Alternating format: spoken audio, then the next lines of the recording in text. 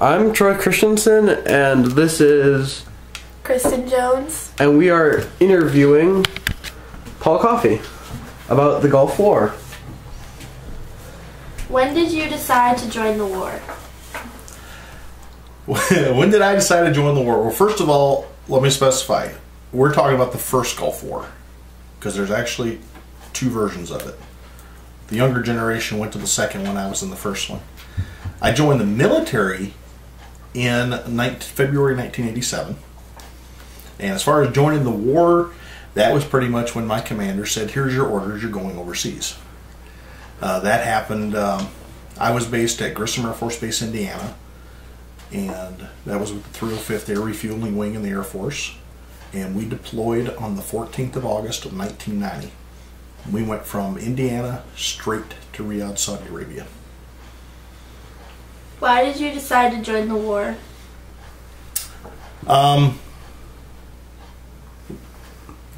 In the answer to that question of why I decided to join the war, now being in the military, they make pretty much the decisions for you. Granted, I joined the military because I wanted to serve my country. I'm the third generation of my family that has been in military service. We have over 120 years combined service in our family. As far as once I got into the Middle East and saw what was going on, the Iraqi military and Saddam Hussein were moving to the south. They'd already invaded Kuwait. They were killing people. They were destroying families. They were destroying cities, oil refineries. The oil fields were nothing but black smoke. And they were getting ready to move into Saudi Arabia. No one was there to stop them. And that was the reason we went over, was basically to stop manslaughter. Just complete genocide over there was about to happen. What was the job that you were most assigned in the war? My job in the war, once I arrived in the Middle East, was mostly in Riyadh, Saudi Arabia.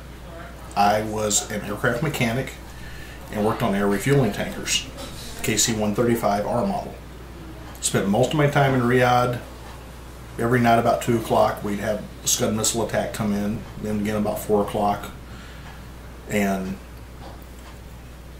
our job was to make sure the aircraft, when we first arrived in Riyadh, we had to unload all the personnel and cargo, get set up, and we provided air refueling support for military aircraft going in over Iraq. Did you ever go away from home for a very long period of time? If so, how many times and how long were you away for? Once I left in 1987 to join the military, my home base was in Grissom Air Force Base, Indiana, just north of Kokomo, Indiana. I didn't spend very much time there over the next 7 years. I've been on 6 of the 7 continents. Traveled, when I went to the Middle East on that particular trip in 1990, I stayed overseas, bouncing around the Middle East and Europe for almost 2 straight years. Pretty much living off my aircraft, because when married people would have an emergency, need to go home, I would swap. They would take my airplane home and I would stay on their aircraft and extend the tour. So I've been to about close to 30 countries now. So that's during the first 7 years, between 87 and 93, 94-ish, kind of been around the world. When you were away from home, what did you miss the most? Just being home. Nobody in this country that's never been overseas realizes the freedoms that we have. Just being able to sit outside, think what you want to think, hang out with your family. You want to go out to the mall and do things you can. You go to some of these countries, they don't have electricity. I remember in Riyadh, you would go down the city streets. Girls had to have their faces covered. If it was the right time of year, they'd have to have their hair covered too. You would see military personnel with a lot of machine guns and armed guns parked all over the place, just like you would see regular police officers around here, except you would see their military there. It's a lot more strict in some countries. So it's just nice to be home. What did you think was the worst part about your job? Probably the worst part about my job was even though I was an aircraft mechanic, we got shot at a few times. Didn't really care for that. There was one night we were deployed, and there was one time down in Panama we got shot at, and we got shot at over in Middle East one time. That was that part, and just the random chance that somebody was going to try to kill you because you were U.S. military and you were overseas. You're always a target wherever you went. What was the most exciting or stressful moment that you experienced? Probably the most exciting, I guess those could almost be like two different times. The most stressful moment really was when we left Indiana and went to war. We flew straight into Riyadh, and I remember our first group of airplanes, we were unloading planes, we had more planes coming in, and there was a stretch there where I didn't sleep for almost 50 hours. That was pretty stressful. As far as exciting, most exciting moment I've ever had in the military was in 1993 when the team that I was on won an international competition for the best tanker wing in the world. And that was called Air Rodeo. So it's two completely different times, different times of the year, different locations. Those are the things I remember. What was the scariest experience that you went through? I think one of the scariest times was the first time we had a Scud missile come in at us. The Army had what's called Patriot missiles set up on the south end of the runway at Riyadh. And the Iraqis would fire these long-range missiles at us called Scuds. And when the Patriots fired, you would hear these two big, huge bangs, a whoosh, and then you would see in the distance an explosion up in the sky. And what those sounds were, the first bang was the door on the launcher opening up for the Patriot. The second bang was the Patriot missile coming out of the chute. The third one, I think the Army did this on purpose. They put their missiles on the south end of the runway, so they flew right over our heads. So at Mach 4, they were going right over our heads, heading off into the sky. And then when that first Scud missile was hit and intercepted and blew up, everybody just kind of took a big breath. But, when you realize somebody's shooting at you, it's kind of scary. When and why did you stop serving in the war? Well, the war itself ended in March 1991. There was a ceasefire, which at that time when that happened, I was actually deployed in Athens, Greece. Didn't really stop per se, because we switched from war to recovery. After that, the next year, I spent probably 9 months in Incirlik, Turkey, in an operation called Provide Comfort, where we ran foods and supplies and air cover to protect the Kurds, because it's a different religious faction within Iraq, and they were still fighting amongst each other. So we tried to provide them humanitarian relief and protect them by keeping the Iraqi Air Force on the ground, and spent most of that time out of Incirlik Air Base in Turkey. What was recovery like? A lot different than the war part. It was a lot more relaxing. We weren't worried about somebody shooting at us. It was, we had a lot more fun. We were really busy because now, instead of trying to provide support to military aircraft to go drop bombs and kill people, we're trying to provide fuel support and supplies to bring in and save people. It really felt a lot better. It's like we were doing something really good. What was the experience like when you arrived home for the last time? From the war, I remember when we got back home, I remember this one really well because we came off the airplane in Indiana. I hadn't been home in over 2 years. And at that time I wasn't married. All my friends were people I knew from around the world, but not a whole lot of friends at the home base, except people I worked with. And I just figured when I would get home, I would help unload my plane, get my plane turned around, do maintenance on it. I'm a mechanic, that's what I do. And when we all got home, every single one of us had like our own little greeting party. We were all greeted, welcomed home, and it kind of felt good. It felt like you were coming back to a family you didn't even know you had. What was the first thing you did when you got home? Went for a drive in my car. Took it out to the lake. Remember, I had a Dr. Pepper, It's little things like that you remember. And just sat there at the lake and enjoyed it. Because all of a sudden I was back in the States. What was your favorite part about going through all those 30 different countries while you were in the military? The experience. I grew up in the mountains in East Tennessee. I am a hillbilly. My family ancestry is what they call Melungeon. We're mountain folk. So we don't know. I mean, growing up, I didn't know big cities. I didn't know what the cultures were like, different religions. I just knew Tennessee Bible Belt. And now all of a sudden, I've been to different languages, different cultures, different religions. I had experiences all across the world. And I found out that it's an amazing place. Just because people don't speak the same or may not have the exact same beliefs, there's a common goal out there. Everybody's trying to do good for their own.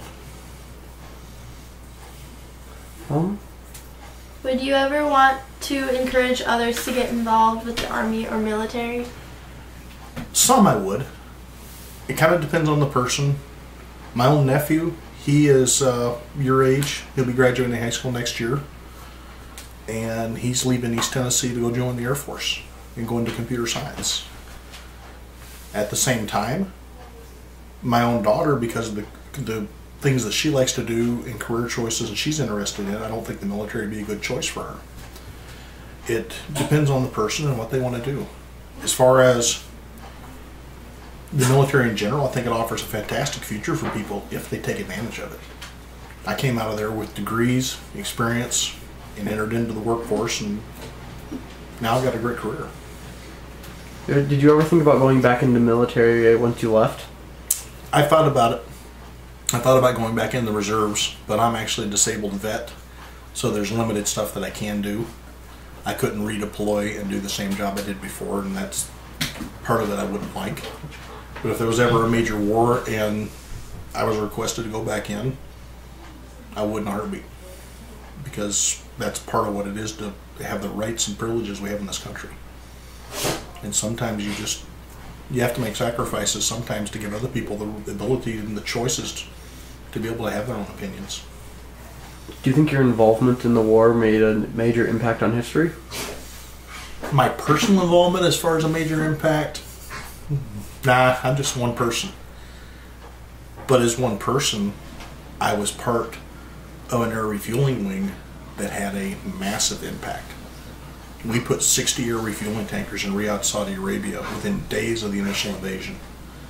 Because our wing was where it was at, and we got set up and operated the way we did, we enabled bombers, fighters, reconnaissance aircraft from all across the region to operate. And without the support we gave them, that wouldn't have been possible. So, as one person, no. As part of a very good, fantastic team that I worked with, yeah.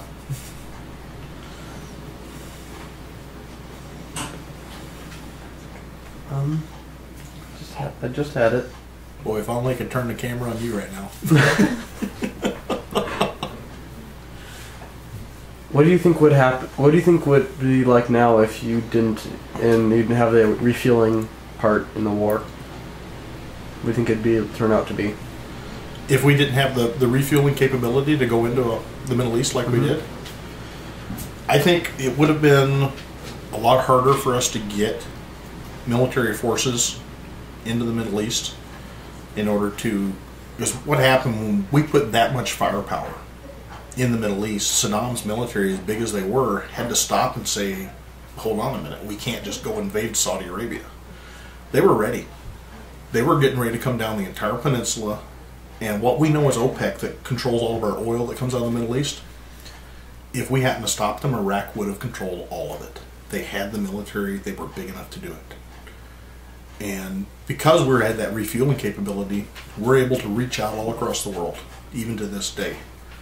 We can put military forces, and not just for the purpose of firepower, but humanitarian aid. All of these air refueling tankers that I've ever worked with, we also have the ability to carry supplies, medical, people, and we can go anywhere in the world in a matter of hours. It's kind of a neat thing to be able to know that what you're doing, you can also be doing something humanitarian as well as serving in the military. Was it hard to transition from being in the military to life now? No. It's been a big part of what I do, because when I came out of the military, I was an aircraft mechanic in the military. So that part was easy because it's about discipline, organization, and safety. And then now the company that I work for, Xcel Energy, it's what the job I do now is all about discipline and safety and organizational skills and all that I was taught in the military. Is there anything that you regret, like, through your whole time through the war? Anything I'm not a person that looks back at regrets. There's been things in my life that I didn't like when they happened, but that's what's made my life what it is. There's moments I didn't like, places I didn't like. I didn't really care for when we were in Egypt. That was pretty bad conditions. But those are memories. And therefore, I can safely say I have no regrets for anything, any part of the life that I've lived.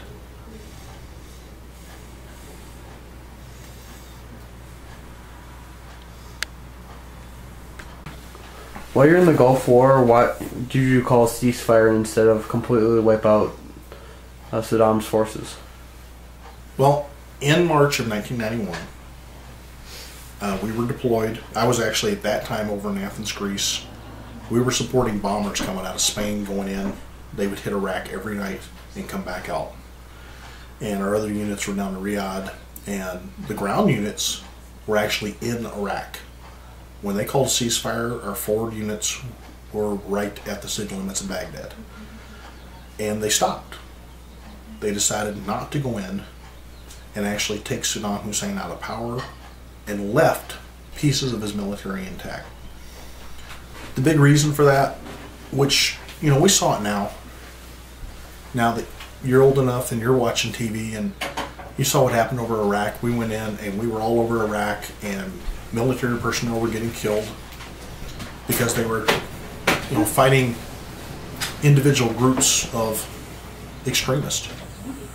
And as bad as Saddam Hussein was, as many people as he killed, he controlled Iraq through pure terror.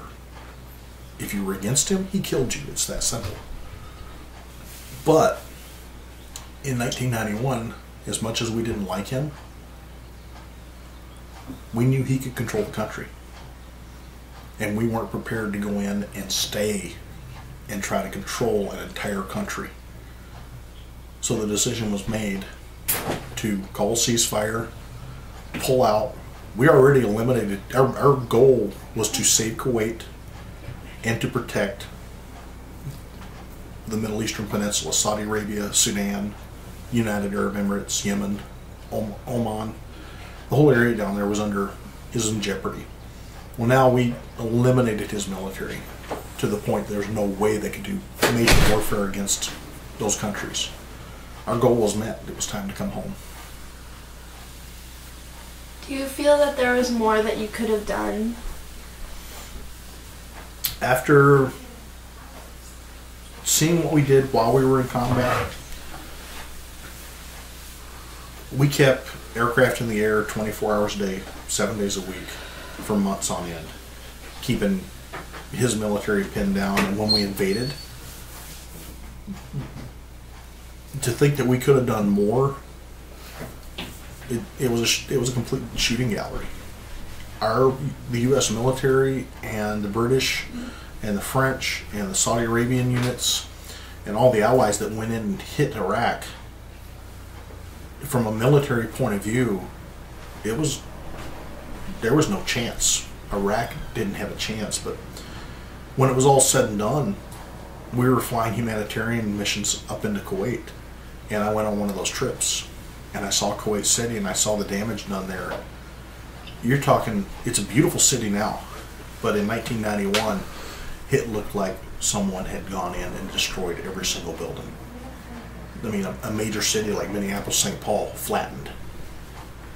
People lost their homes, their lives. The Iraqis were caught, convoys of trucks carrying personal property out. And they were robbing people. And then on what's called the Highway of Death, moving back north, we were patrolling that with tanks, with aircraft, And the rule was, if they didn't shoot at you, you don't shoot at them. If they shoot, they were gone. And it earned the name Highway of Death for a reason. It's something you could look it up on YouTube or on Google and see pictures of it. But and I only saw it flying over it. I don't know how to describe something like that when you've seen it.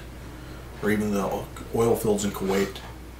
You look out across out of the airplane and all you'd see these black plumes of smoke coming up. And we all sat there and wished, what could we have done more? But I don't know what we could have done.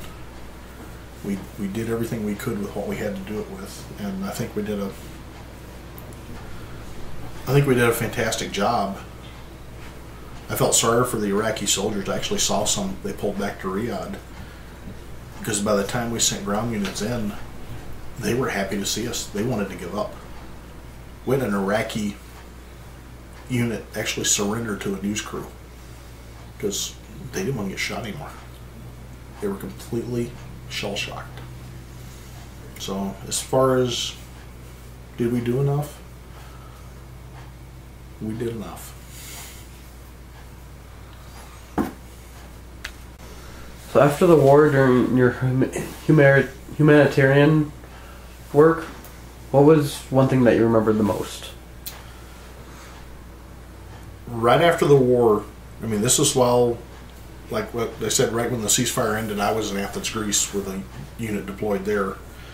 But our main unit that was over in Riyadh, all of a sudden went from refueling fighters and bombers to refueling transports. We still kept refueling fighters because we set up what's called no-fly zones to keep the Iraqi military. They still have some aircraft and helicopters, and we wanted them to stay on the ground. And so we kept them out of the air. But then we were also flying helicopters and transports into the very regions where we were doing combat and taking on the Iraqi military. We're now bringing in supplies and resources to help the civilian population, which, quite frankly, they hated us. But, over time, like anything, we're the invading army. Of course they're going to hate us. But in time, they grew to accept the fact that we're actually trying to help them rebuild their country, even after we just destroyed it. And I remember they actually brought some of the Iraqi soldiers back into the area where we were at in Riyadh, which is almost 500 miles south of the border. And we found out from them that they were what's called conscripts, draftees, and they were so ready for the wars to be over because they were taken from their families to go fight. And all of a sudden, when they were so happy to give up, because it was taught to them that if they gave up to the U.S. military, that we were going to kill them, we were going to torture them, we were going to starve them. All of a sudden, we're giving them food, clothing, shelter. In captivity, they had life better than they had when they were actually out on the lines ready to fight us. It was completely opposite of what they expected. And then once the word got out, a lot of the military just quit fighting. Because it was either they were going to die, they were going to get captured, or they could just go home. But we spent probably in the first 6 months right after the ceasefire bringing in supplies, rebuilding stuff, trying to get power, water, just the basic necessities back to people. You're talking in part of the world where having electricity in your town is a rarity. Most of those villages didn't have that. They had a community well, whereas down where I'm from, it's always a joke about having outhouses and things. Over there, that's common because that's the way those areas are. And then, of course, after I was in Athens, I got transferred up to Incirlik Air Base in Turkey. And same thing up there in the northern part of Iraq. It's a completely different religious culture called the Kurds. And Kurdish religion and Muslim religion normally in that region of the country don't get along. They're constantly fighting each other, even though it's like the North and South was here in the Civil War. Same people, but different beliefs. So we tried to provide support and take care of those people as much as we could while letting them live their own lives. So. What was your favorite part about being in the military? My favorite part about being in the military is the family. To this day, I've got a family that they're my friends, but they're the people that right now, like one of my closest friends is down in Oklahoma. His son was just injured. I mean, we're talking people I haven't seen in 20 years. But if he called and said, right now, I need your help, I'd get in my truck, I'd take vacation, and I would go down there to help him. Another couple other friends in Indiana still live down the area of the old base, same way. And the same goes here. If I had some critical major emergency and I put out the call for help, that family, the 305th Air Refueling Wing, they would come. I mean, you have your brothers, sisters, mom, dad, people you grow up with, people you love. They mean the world to you. But when you spend part of your life with a group of people that you learn to trust and know you can trust with your life, and it gets to be to where you don't keep track of anything. You don't worry about who did this for what or anything, but somewhere in there you develop a friendship and a family that has no limitations. I mean, I look back at us now, we're getting ready to have a reunion in August, which I probably won't get to go to this year, but I mean, let's see, one of the guys is pretty much a biker dude down in Illinois. Some of them are factory workers. Some that have moved up in life and some that haven't. Doesn't matter. We're all over the place. Not long ago there was some firemen that were killed out in New York. One of my closest friends from the 305th Air Refueling Wing, 305th Maintenance Squadron, is in that fire department. There was a large number of us instantly in contact with his family, trying to find out, do they need help, do they need anything, whatever you want, we can do it. That's what I loved about it. You develop the kind of bonds and friendship and family that you can't put into words. It's just there. So that's probably the best part. Do you still talk to some of the people that you developed relationships with on a daily basis? Special thanks to Facebook. I don't get to talk to people a lot on the phone because I'm not a person that calls people on the phone very much. But thanks to the magic world of Facebook, I am in very close touch with a lot of my old friends. And it's like we may be thousands of miles apart, but we're not. We all stand right by each other, supporting each other.